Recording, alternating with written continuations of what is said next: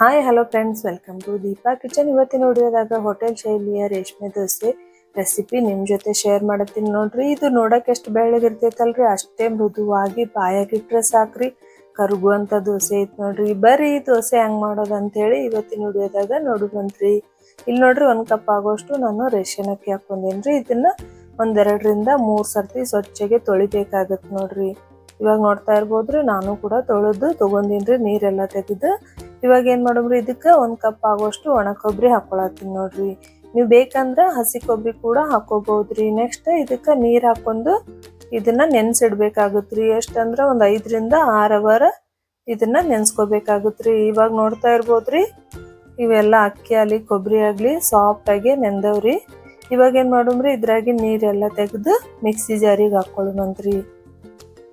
ನೋಡ್ತಾ ಇರ್ಬೋದ್ರಿ, ಇವಾಗ ಮಿಕ್ಸಿ ಜಾರಿ ಒಳಗ ನಾನು ಏನದವಲ್ರಿ ಅಕ್ಕಿ ಕೊಬ್ಬರಿ ಅದನ್ನ ನೆನ್ಸಿ ಹಾಕೊಂಡಿನ್ರಿ. ಅದ್ರ ಜೊತೆಗೆ 1-2 ಕಪ್ ಆಗೋಷ್ಟು ಅಂದ್ರೆ ಅರ್ಧ ಕಪ್ ಆಗೋಷ್ಟು ಚುರುಮುರಿ ಹಾಕೊಂಡಿನ್ರಿ.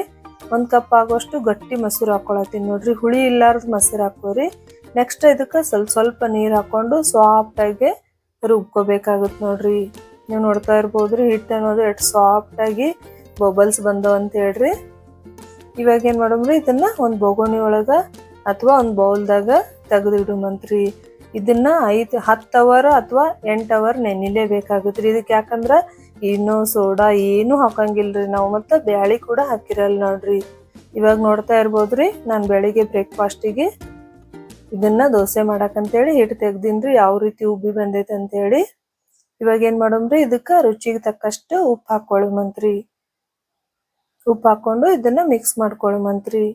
ಈ ದೋಸೆ ಅಂತೂ ಮಕ್ಕಳಿಗಂತೂ ಭಾಳ ಇಷ್ಟ ಆಗುತ್ತೆ ನೋಡ್ರಿ. ಅಷ್ಟು ಇದ್ರ ಟೇಸ್ಟ್ ಅನ್ನೋದು ಸೂಪರ್ ಆಗಿರ್ತೈತ್ರಿ. ನೆಕ್ಸ್ಟ್ ಕಡೆ ತವಾ ಕಾದತ್ ನೋಡ್ರಿ, ಸ್ವಲ್ಪ ನೀರ್ ಚಿಮ್ಮಿಸಿ ಇದನ್ನ ಒರ್ಸ್ಕೊಂಡು ತಗೊಳುಮಂತ್ರಿ.